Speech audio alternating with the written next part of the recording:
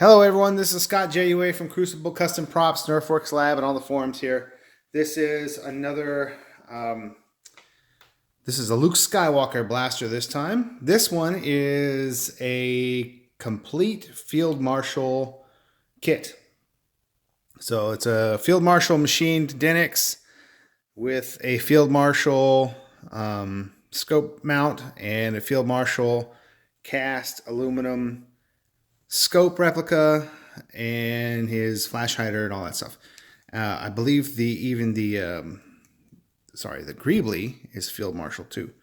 Anyway, this one also has a Blaster Core 5.0 in it and makes sounds and lights.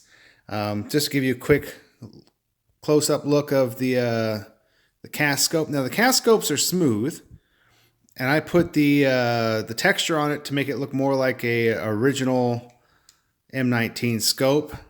He does put machined brass front and rear pieces on there, so that is authentic looking.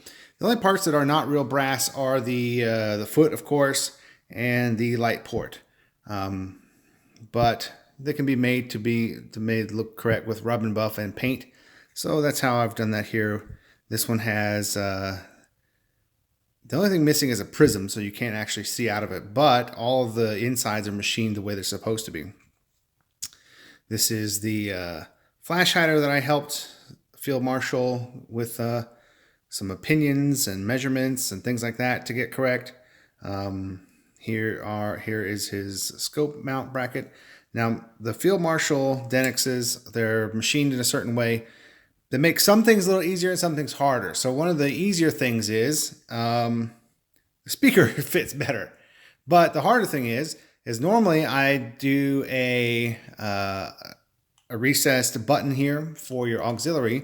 But since he machines this to have a removable magazine cap, this is your SD card access, it makes it more challenging to put the button. But he also machines a sound slot like I do mine. And the auxiliary button, which you can barely see right there, fits right there perfectly.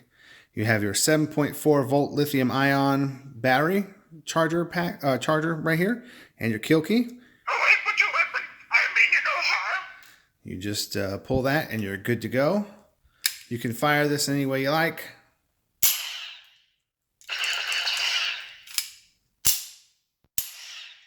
You got a red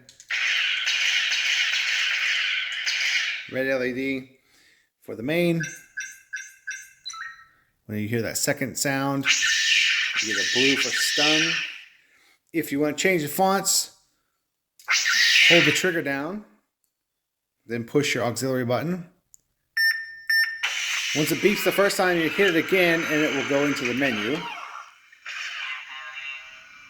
You can cycle those through. I don't know what that is. That's one of the stock Blaster Core fonts. It's a gun of some sort. Two Han Solos, a Boba Fett, Stormtrooper, and then back to the Luke one.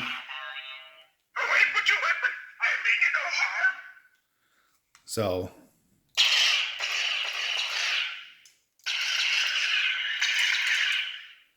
pretty cool deal.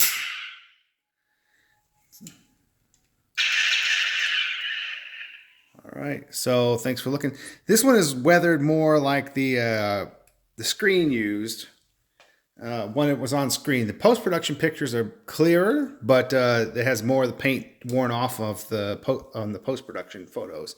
But the screen used one, even during the scene, there was more. Earlier in the scenes, there was more black here. Later in the scenes, there was less. This is starting to wear off, and then I think by the end of the scenes that they shot, most of it's gone because he was holstering it in and out of quite a few times when they were shooting that, and that took the paint off quite a bit. But in any case, one of the details I wanted to show was, let's see if you guys can see that here. The serial number I put on it is 77 for the first year of Star Wars, and then 1980 for Empire Strikes Back. So that's just decided to do that. It has the 980 back here, as you would, and the 980 here. There's no new type safety stamp here because the best I can tell is the Luke was a pre-war commercial, and those didn't have that. So I left it that way. All right, thanks for looking. See you next time.